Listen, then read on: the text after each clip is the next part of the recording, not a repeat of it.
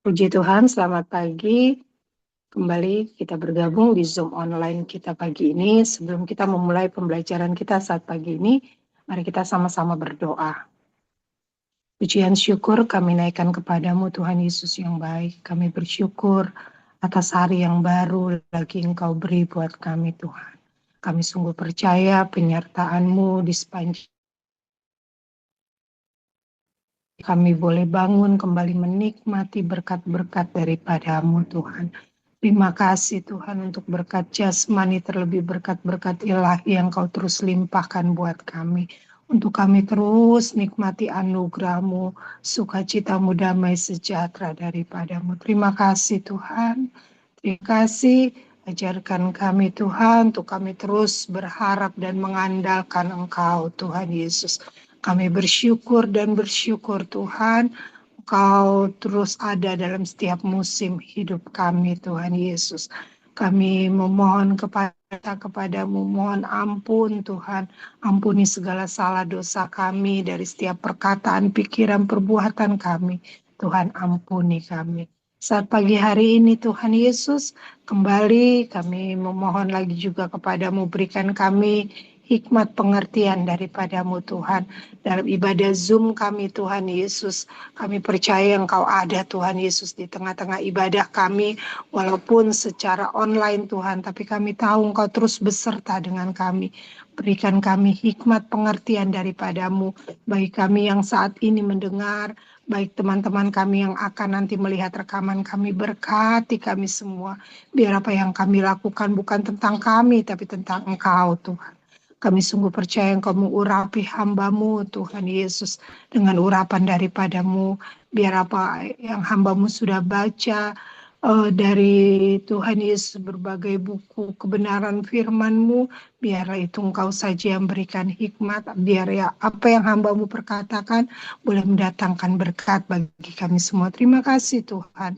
Terima kasih kami mulai pembelajaran kami pagi ini dan kami peralaskan doa kami hanya dalam nama Tuhan Yesus Kristus. Haleluya. Amin.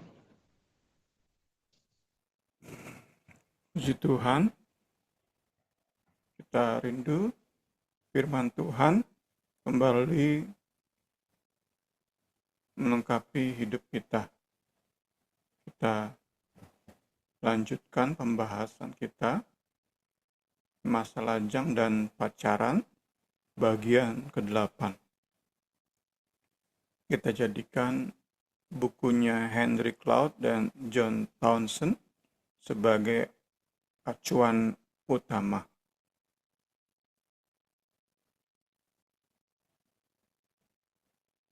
Kebebasan dan tanggung jawab. Resiko berkencan itu tinggi, tak sedikit orang putus pacar, keluar dari hubungan berkencan, itu dengan kekecewaan mendalam, kemarahan terpendam, bahkan dosa yang tidak terselesaikan. Ini yang membuat cukup banyak orang takut berpacaran. Karena itu ada yang mengusulkan untuk cukup saling kenal di dalam berpacaran secara kelompok. Jangan pernah berdua, jangan pernah terlalu dekat. Atau yang lebih ekstrim, lebih aman, lebih baik dijodohkan saja. Langsung bertunang, siap menikah. Karena sekali lagi, risiko berkencan, berpacaran itu sangat tinggi. Banyak kasus menyebabkan, menghasilkan keputusasaan, bahkan dalam kasus ekstrim ada yang depresi sampai bunuh diri. Sekali lagi ditekankan di paragraf awal, risiko berkencan sangat tinggi. Karena itulah kedewasaan sangat penting. Kedewasaan sangat penting. Bisa menilai sesuatu dan penilaian didasarkan pada berbagai masukan, berbagai pertimbangan. Harapannya tentu kita sudah bahas minggu lalu, pacaran itu bukan boleh atau tidak boleh. Pacaran itu bahkan memiliki nilai-nilai positif.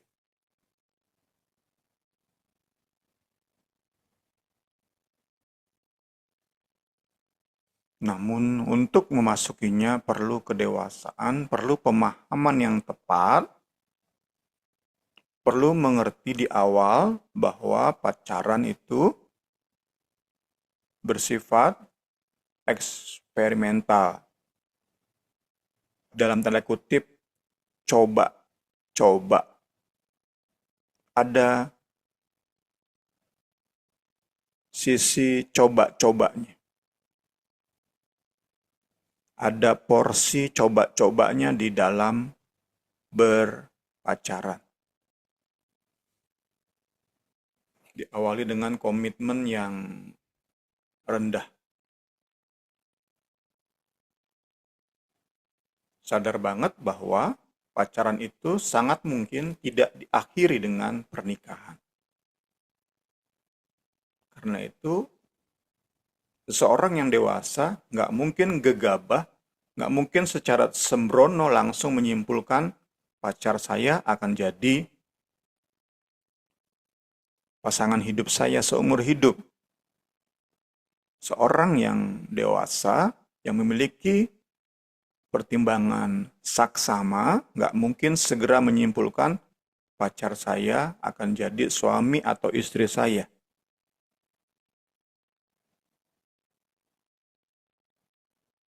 Namun di sisi lain, saat masuk pacaran, bukan berarti dengan mental, gua siap putus nih. Jadi kita nggak beri apa-apa dalam berpacaran, nggak berkorban apa-apa dalam berpacaran. Karena berpikir, ya nanti juga putus.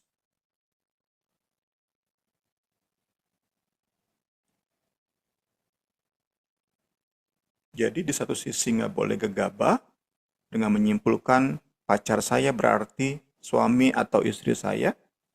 Namun di sisi lain, kita sadar juga namanya pacaran meski ada dimensi coba-cobanya, ada porsi coba-cobanya, kita harus memberikan, mengorbankan, menginvest banyak hal dalam hubungan tersebut.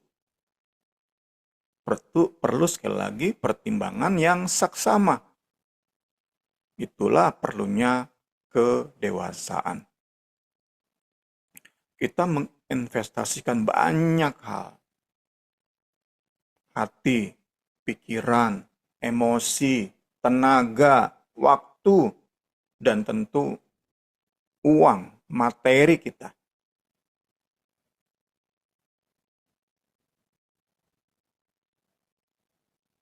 Namun saat kita cukup dewasa, apa-apa yang kita korbankan, investkan, itu dengan pertimbangan matang, maka saat putus, pasti ada kecewa pasti. Tetapi nggak membuat kita kepada penyesalan mendalam, kemarahan yang tak ada habis-habisnya, bahkan sampai ke depresi dan bunuh diri. Karena kita masuk dengan pemahaman yang tepat, kita mengorbankan banyak hal dengan pertimbangan yang tepat, sehingga saat putus sekalipun penyesalan seminimal mungkin. Penyesalan seminimal mungkin.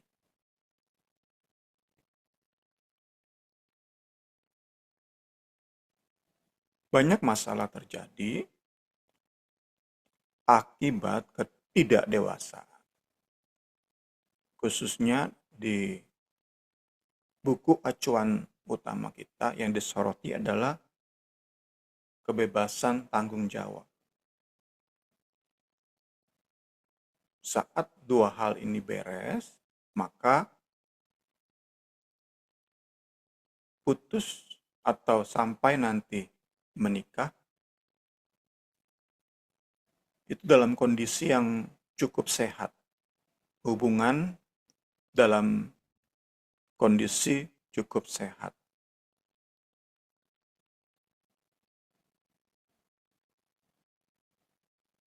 Mendatangkan hal-hal baik. Sudah kita bahas minggu lalu, Jumat lalu, hal-hal baik apa? 7 hal baik dari berpacaran.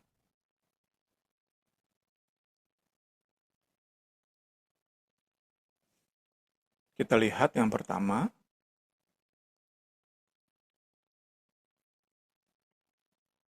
sekali lagi buku acuan kita memulai dengan kedewasaan dalam hal kebebasan dan tanggung jawab.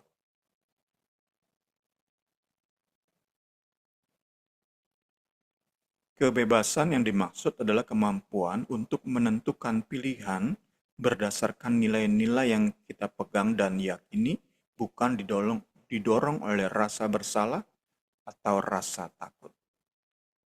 Saya coba kasih contoh. Semisal 2 orang, pasang kekasih, selama setahun 2 tahun mereka pacaran, dua-dua bekerja. Setelah 2 tahun, si pria di PHK. Bagaimana tanggapan si wanita saat pria, pacarnya, tolong dong, minta tolong supaya berbagi gaji. Saya sekarang nggak punya kerja, tolong dong gaji bagi 2. Permintaan pria, boleh dong minta.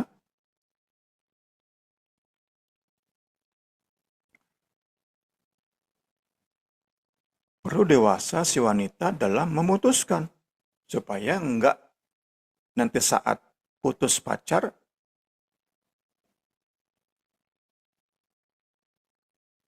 menyesalnya terlalu dalam.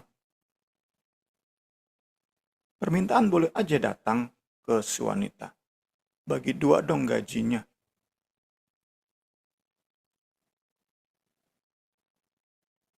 Kebebasan yang kita bahas di sini adalah kemampuan untuk berkata tidak atau iya, keluar dari cinta, keluar dari percaya, keluar dari pengharapan. Bukan karena dimanipulasi sehingga rasa bersalah nih. Atau karena takut diputusin.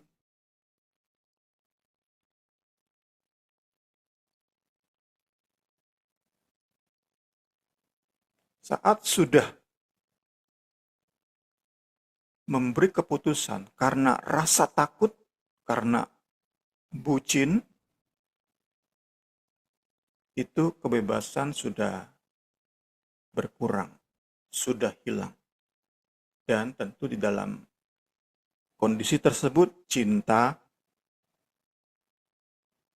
sulit bertumbuh.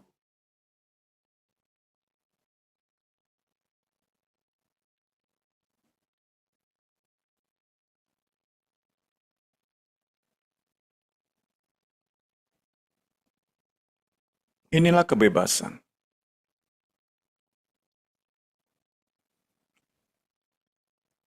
Si wanita perlu memiliki kemampuan untuk memilih berdasarkan nilai-nilai yang ia pegang dan yakini. Misalnya, si wanita dibesarkan dalam nilai keluarga yang menyatakan bahwa selama belum menikah, belum bisa terbuka dalam segala hal, termasuk dalam hal gaji. Nggak boleh kamu tahu gaji saya. Itu kan nilai.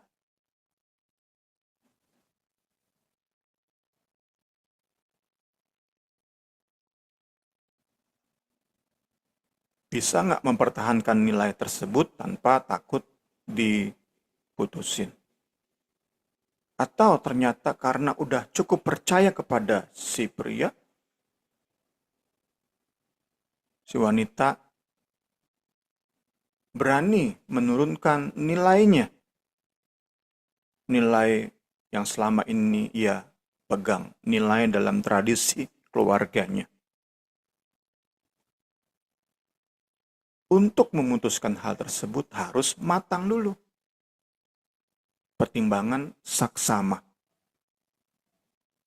Sekali lagi, jangan sampai hanya karena takut diputusin, itu kan yang banyak kali terjadi sehingga menghasilkan penyesalan-penyesalan seumur hidup. Tentang bucin tentu kita dapat kembali dan kembali lagi hubungkan dengan karya salib Kristus. Saat seseorang sudah benar merasa dicintai oleh Kristus, maka godaan bucin dapat dikontrol sedemikian rupa. Karena sudah cukup merasa dicintai. Nggak harus ada pasangan baru merasa dicintai. Sudah cukup merasa dicintai. Saat renungkan salib, perkenanan Tuhan, cinta Tuhan sudah membuat cukup dicintai, dihargai. Kita nggak butuh lagi. Nggak terlalu butuh lagi cinta orang lain.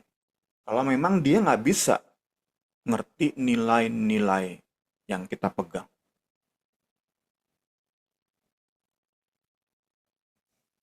Itu kebebasan. Kedua, tanggung jawab.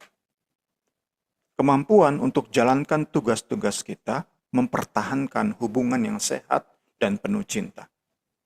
Dan berani menolak apa yang memang bukan tanggung jawab kita. Saat si wanita ini yang dimintai untuk gajinya dibagi 2, karena ingin mempertahankan hubungan ini dan ia percaya kepada si pria, dia setelah pertimbangan matang memang butuh nih untuk mempertahankan hubungan ini. Maka misalnya karena tadinya nilai tetap dipegang, nggak boleh kamu tahu gaji saya berapa, nggak boleh tetap. Tetapi saya mau saat kamu belum kerja, saya yang traktir ongkos dan makan. Itu yang tanggung jawab, tetapi dengan pertimbangan matang, di dalam kebebasan, didasari cinta dan percaya. Sehingga sekali lagi, saat putus nanti, enggak meninggalkan penyesalan yang terlalu dalam. Ada kebebasan, ada tanggung jawab. Nah, barulah bicara tentang cinta, puji Tuhan. Kita dapat temukan cinta dalam pacaran ini, tentu awalnya cinta secara fisik, dari berpandangan, sama hobi mungkin, secara fisik. Namun saat ada kebebasan dan tanggung jawab, cinta yang tadi hanya fisik tadi akan menemukan kondisi yang sehat untuk ia bertumbuh.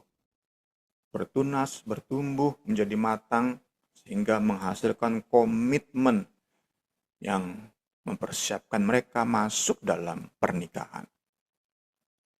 Masuk ke langkah-langkah berikutnya sampai ke pernikahan yang kita tahu bersama menghasilkan ikatan seumur hidup.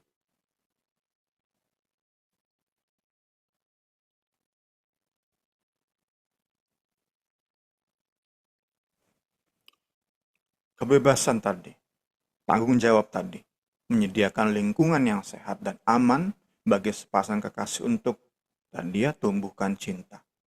Belajar saling mengasihi, percaya, belajar untuk kenal, belajar untuk mengerti, menghargai Tuhan. Karena demikianlah Allah mendesain cinta, kasih. Di dalam kasih yang sempurna, ketakutan hilang. Takut tadi ya, takut ditinggalin pacar.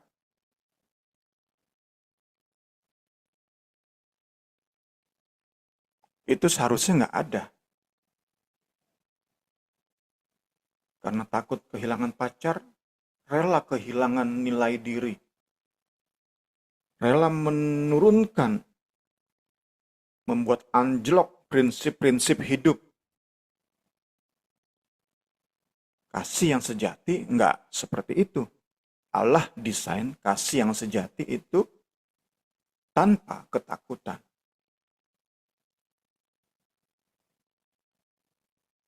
Di dalam kasih tidak ada ketakutan. Kasih yang sempurna melenyapkan ketakutan. Sebab ketakutan mengandung hukuman. Barang siapa takut, ia tidak sempurna di dalam kasih.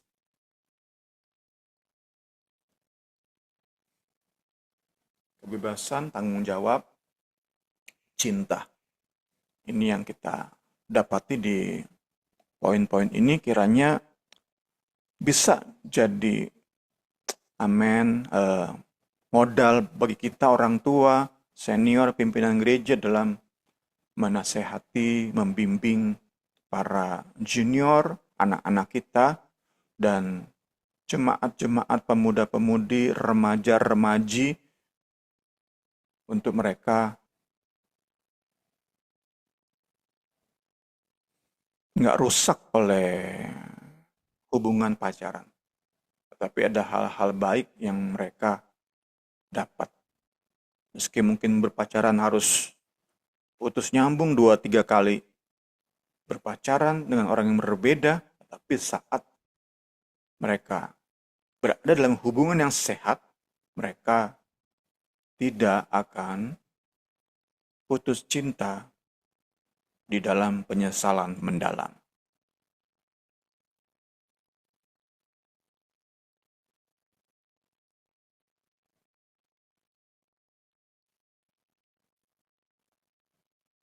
Di dalam cinta, kita satu sama lain dapat memperkatakan kebenaran.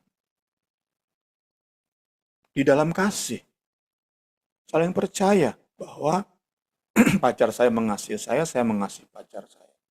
Menjalani tanggung jawab dalam melindungi cinta. Yang tadi yang sedang bertunas, bertumbuh tadi, pasti hadapi masalah.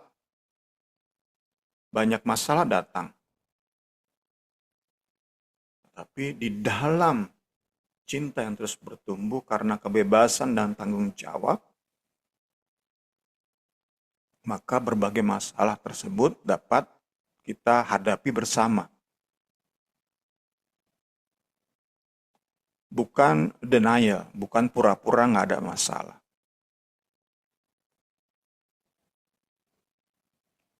Karena itu perlu memperkatakan kebenaran, perlu berkomunikasi.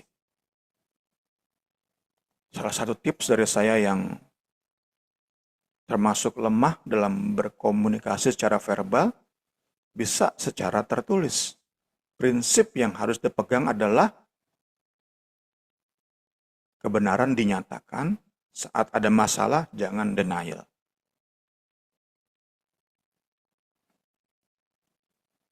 Didasari oleh cinta, maka masalah-masalah yang datang bisa diselesaikan bersama. Kalau ternyata benar-benar nggak bisa bersatu, putus pun tidak meninggalkan penyesalan yang terlalu dalam. Maka kita tidak lagi ayat ini mendasari perkatakan kebenaran di dalam kasih. Kita tidak lagi jadi seperti bayi dewasa kita.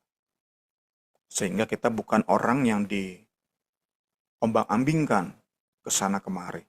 Kita nggak mudah terpengaruh oleh ajaran yang aneh-aneh, oleh orang yang coba memanipulasi kita.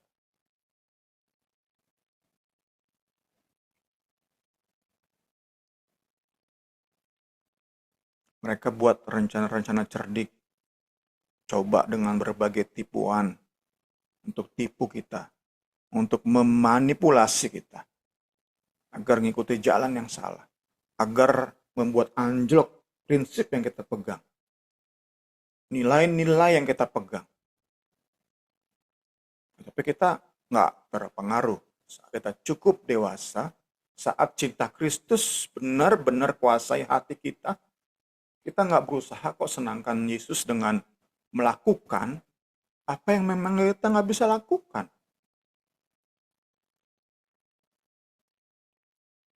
Kebebasan dalam mengasihi Kristus yang utama, mengasihi pacar, terwujud dari keutamaan kita mengasihi Kristus.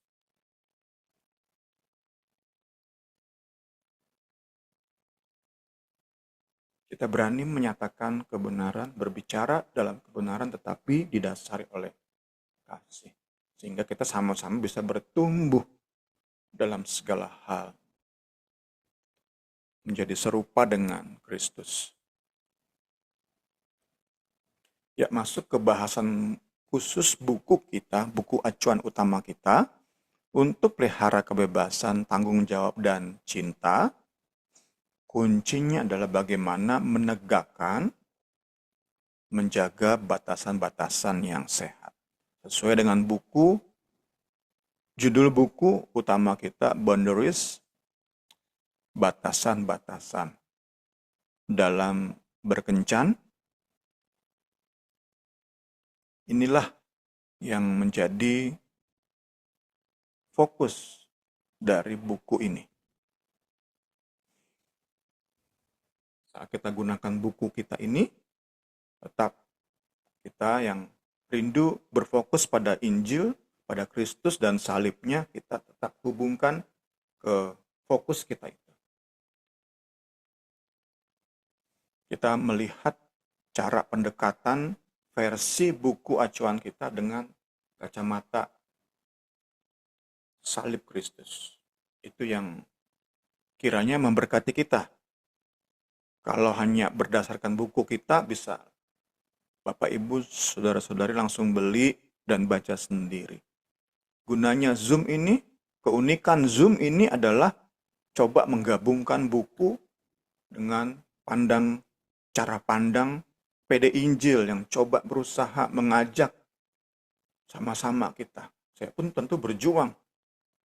Kami suami istri berjuang untuk menghidupi Injil, untuk membuat cara pandang kami ini fokus pada Kristus dan salibnya.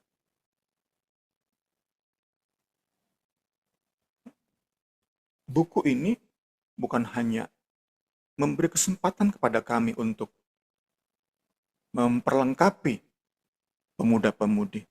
Buku ini pun melatih kacamata kami untuk melihat berbagai isu termasuk tentang pacaran. Jadi berguna banget bagi kami, bagi orang-orang yang mau menerima kami, bagi orang-orang yang mau menyimak YouTube ini, semua oleh perkenanan Kristus, bimbingan Roh Kudus. Puji Tuhan. Sekali lagi, keunikan, hal unik buku ini adalah untuk pelihara kebebasan, bisa memutuskan tanpa rasa bersalah dan takut. Itu mahal. Tanggung jawab dan cinta itu dapat kita pelihara saat kita bisa menegakkan dan menjaga batasan-batasan yang sehat. Apa itu batasan diri?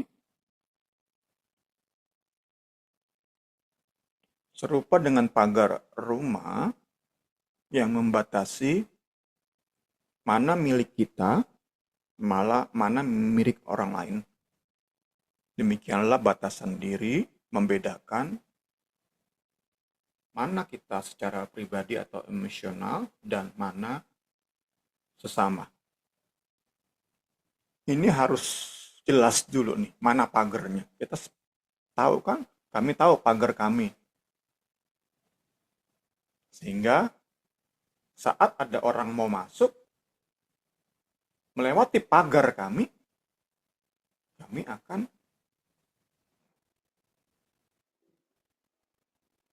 menyikapi, merespon. Kalau dengan baik-baik mengetuk, bahkan bisa kami bukakan pagar, pintu.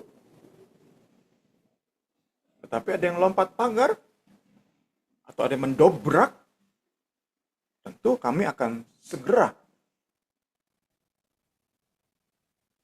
minta pihak keamanan untuk menjaga kami, memprotek apa yang menjadi milik kami. Demikianlah batasan diri. Membedakan apa yang menjadi milik kita masing-masing, dan apa yang menjadi milik sesama. Jadi masing-masing berbeda nih. Saya dan istri saya masing-masing tetap punya pagar. Mendefinisikan diri kita masing-masing.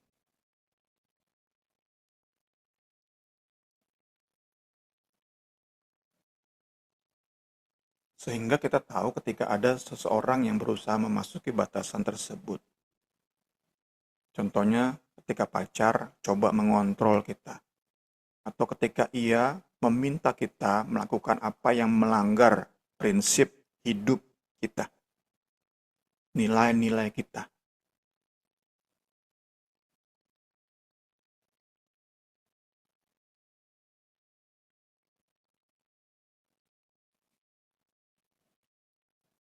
Kembali ke contoh tadi, saat si wanita memang diketok dengan pelan-pelan sama si pacar, si pria.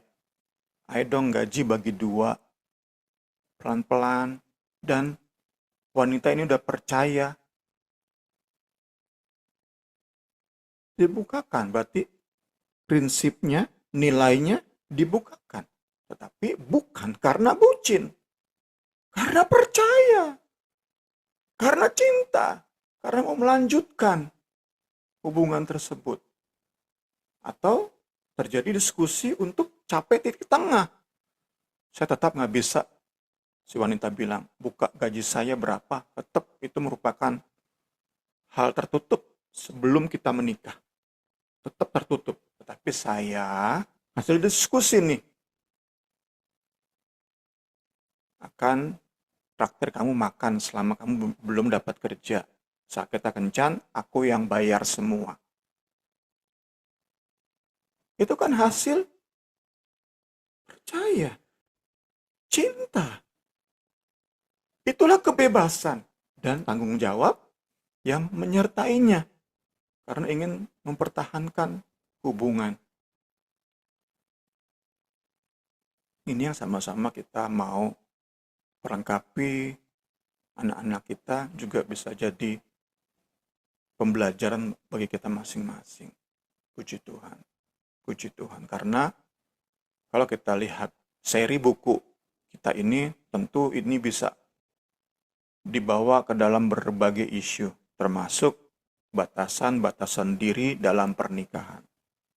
Buku kita ini kan batasan-batasan diri dalam dating, dalam berkencan. Tetapi bisa juga diterapkan di buku yang lain dalam pernikahan.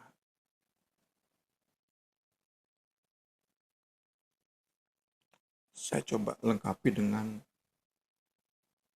dari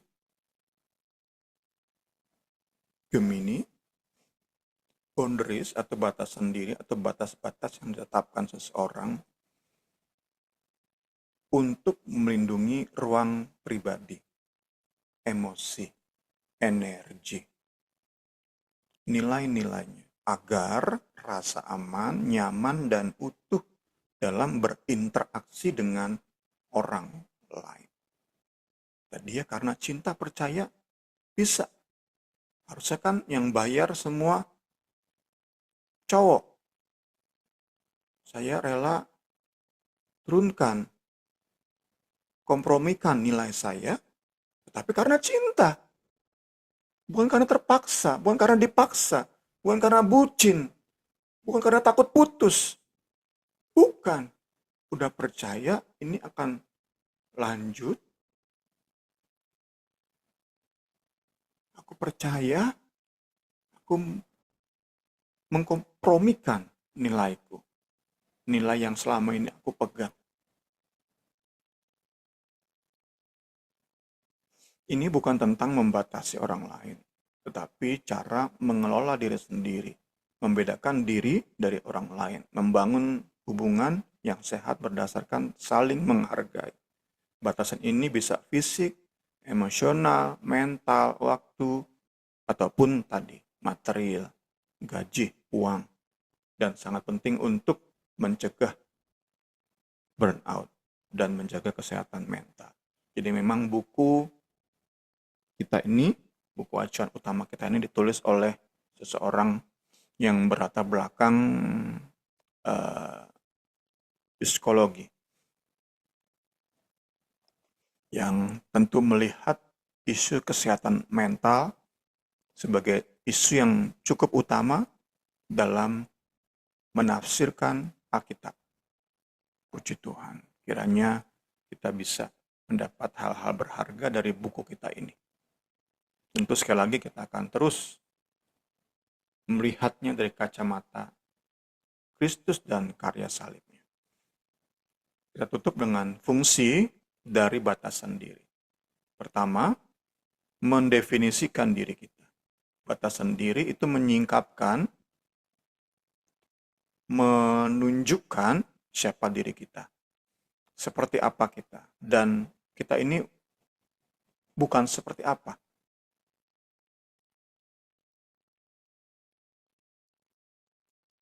Kita ini contohnya orang yang suka melayani. Tentu di sisi lain, antonimnya, saya bukan orang yang suka melalaikan pelayanan. Apa yang kita setujui dan apa yang kita tidak setujui, apa yang kita suka dan cintai dan apa yang kita benci. Kita yang diciptakan menurut gambar dan rupa Allah, kita memiliki ciri-ciri ilahi. Allah sendiri memiliki batasan-batasan yang jelas. Contohnya, Alkitab menyatakan bahwa Allah mengasihi dunia serta mereka yang memberi dengan senang hati. Sedangkan orang sombong ia benci. Mana yang Allah suka, mana yang Allah benci, ada di Alkitab. Dijelaskan. Batasannya jelas, gamblang. Kita pun perlu. Pertama di diri kita, mana batasan? Mana yang nggak bisa kita lakukan? Mana nilai kita? Mana prinsip kita? Kita tahu dulu dan kita nyatakan ke orang yang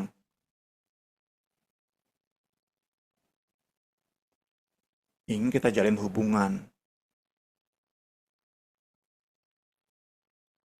Kalau orang tersebut yang nggak bisa ngerti kita, nggak bisa ngerti prinsip kita, ya dari awal ngapain jadi? Ngapain ada hubungan?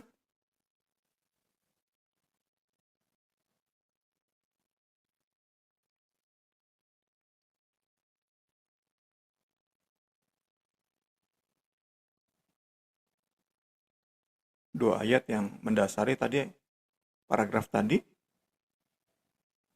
Allah mengasihi orang yang memberi dengan sukacita.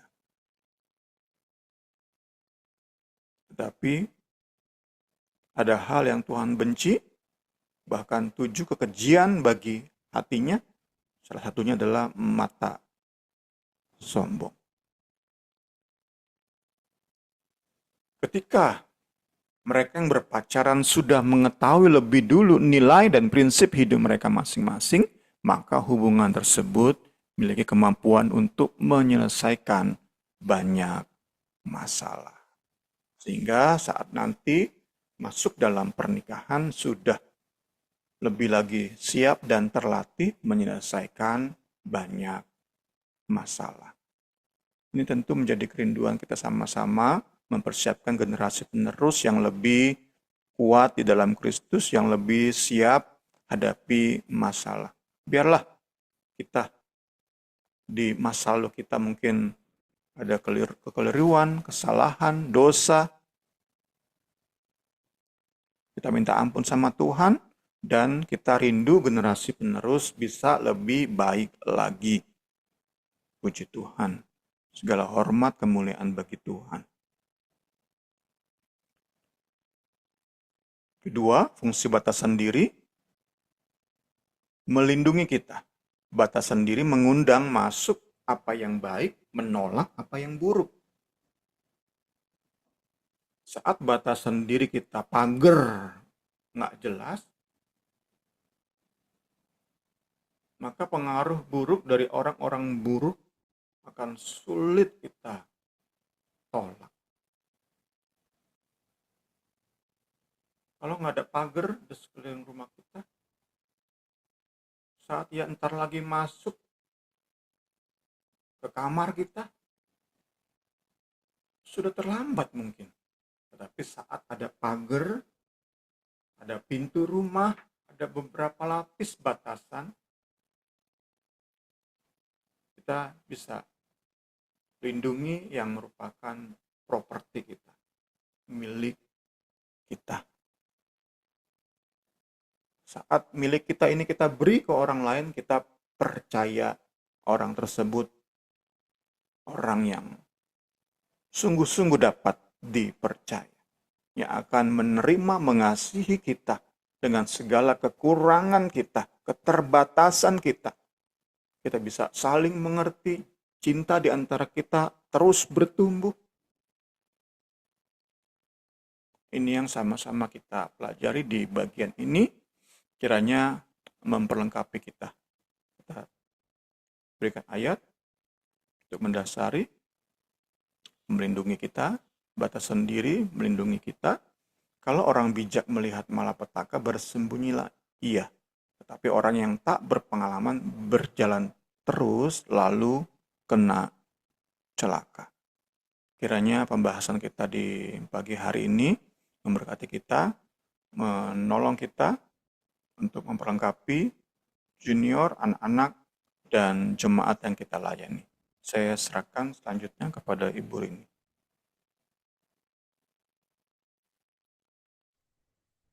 Puji Tuhan.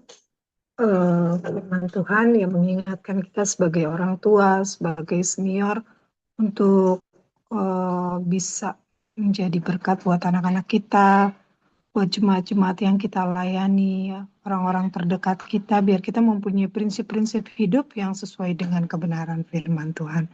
Ya, terima kasih. Kita akan tutup Zoom kita saat pagi hari ini, biar Zoom pagi hari ini boleh memberkati kita semua. Mari kita sama-sama berdoa. Terima kasih Tuhan Yesus, terima kasih Tuhan.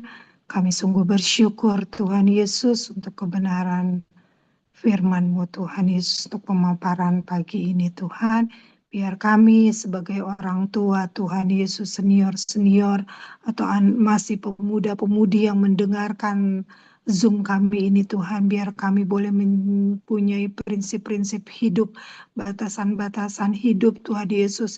Biar hidup kami terus dipagari oleh kebenaran firman-Mu Tuhan Yesus. Biar kami boleh menjadi orang bijak Tuhan, yang terus Tuhan Yesus berpadanan oleh kebenaran firman-Mu. Tuhan tolong Tuhan, biar pembelajaran pagi ini boleh memberkati kami semua Tuhan Yesus. Tidak ada Tuhan Yesus batasan-batasan Tuhan untuk kami menasehati banyak orang Tuhan Yesus, tapi kami percaya Engkau saja yang memberikan kami hikmat. Kami boleh menjadi berkat dan berdampak dimanapun kami berada. Berkati hamba-Mu Tuhan, terus pakai luar biasa. Biar pembelajaran ini Tuhan Yesus boleh memberkati kita semua. Terima kasih Tuhan, terima kasih, segala puji, segala hormat kami naikkan kepadamu, dan kami peralaskan doa kami hanya dalam nama Tuhan Yesus Kristus. Haleluya. Amin.